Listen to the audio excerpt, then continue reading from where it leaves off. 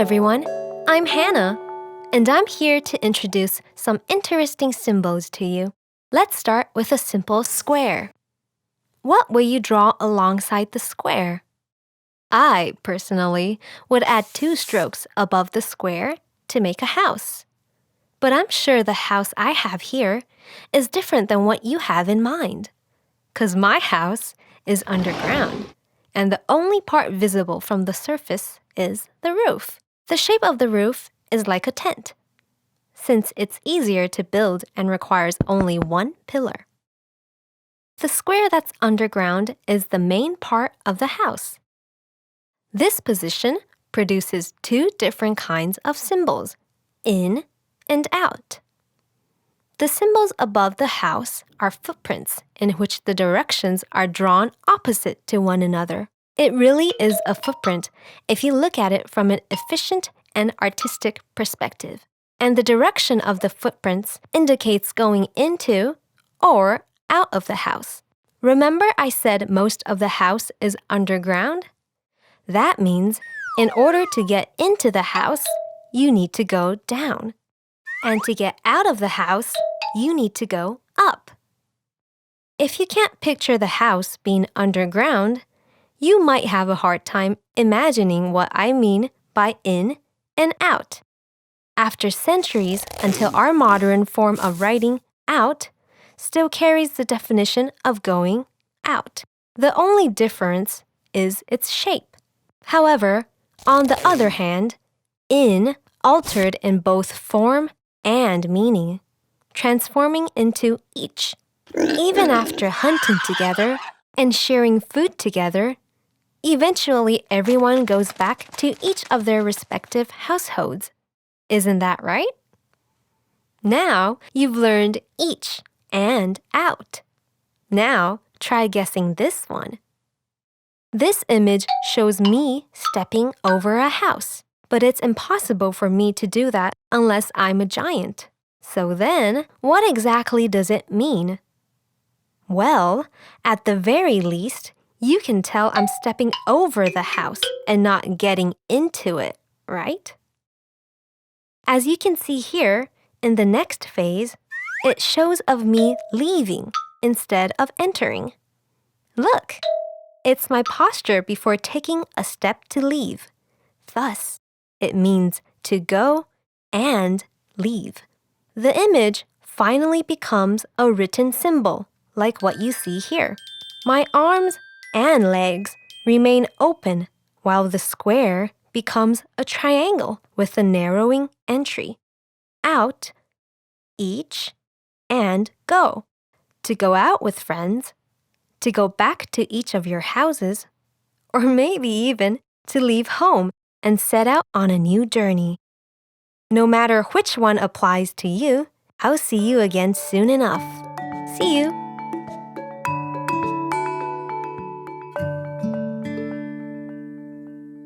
Hi, I'm Hannah. Do you still remember the square-like house I mentioned where people can get in, get out, and get away from? This time, the same square is no longer a house, but a wall surrounding the houses, making it a city or a town. But what are those footsteps all about? There's more detail in the next phase. You can see the footsteps surrounding the city in a certain pattern. Whose footsteps do you suppose they belong to? The guards. That's why it's surrounding the city. Since they guard the city in a certain route, our artist has added a crossroad to emphasize the path. The crossroad represents road. Hence, the road, city, and the guard's footsteps all together makes up guarding or protecting. In the modern version of this word, the strokes are no longer as smooth or as round. However, the other aspects are pretty much the same. The next word is also city-related. The lines depict the liveliness of people walking around the city. In other words, meaning to surround or encircle. Likewise, to protect. the word later became more square and upright. However, the original character pronounced wei is now only used as a surname and a sound symbol. That's why, other than protect and surround, there are many other words in which embodies the character wei but has nothing to do with city. The character also became a phonetic clue. As a result, these symbols are all pronounced wei, but in different tones, wei, wei, and wei. These three words are the best examples of how to find phonetic clues in each word. If the word is made of two components, the phonetic part is usually located on the right. If there are three components, it's the one in the middle. As for words that look like these, I believe there's no need for me to say more. This method is a commonly used way of guessing the pronunciation of a word. Even native speakers apply this theory to unknown characters. Although not all words contain a phonetic part, knowing other aspects of the word well enough may also help with finding clues regarding its pronunciation and denotation. If you recognize a component in a word you're unfamiliar with, take a guess. The chance is 50-50. Either way, you'll likely get either its pronunciation or its definition correct, or sometimes even both, like protect and surround. Ciao!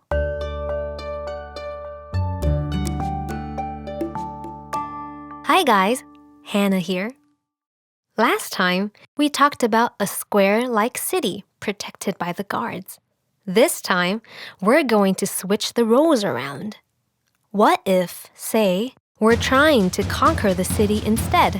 What will that look like? Perhaps like this? That's a pretty good idea. But our artist wants to stick with just one footstep. Since we're trying to conquer the city, breaking down the front gate is very important. In the next stage, the square straightens out, symbolizing the front gate in which we're headed to. Hence, since this footstep represents directly taking on the front gate of the city, it therefore stands for direct or upright. As to conquer, our artist adds a new symbol to the figure, in which, as you can see here, means a road. After all, taking down a city is a tough and long journey. The next symbol that comes after successfully conquering a city is settlement. Since having taken down a city would require cleaning up and repairing, the first step is to rebuild the city. Therefore, rebuilding the city you've conquered counts as a part of settlement. Do you still remember the houses I mentioned that are built underground? That's exactly why our artist used a roof as a representation for rebuilding. Otherwise, it'd be redigging, not rebuilding. Either way, roofs are essential, regardless of what type of house it is. The footstep in the settlement stage changes slightly in contrast to the previous two words. Most likely because the footstep isn't used as a phonetic clue in this word. Do you still remember in the square as a city, the words all have the same phonetic symbol? The same theory applies here as well. These two words are pronounced the same and differ only in tone. The symbol is both its meaning and its phonetic component. However, in settlement, the definition remains the same, but it alters in appearance to show you that its sound is different. Isn't that interesting? See you next time.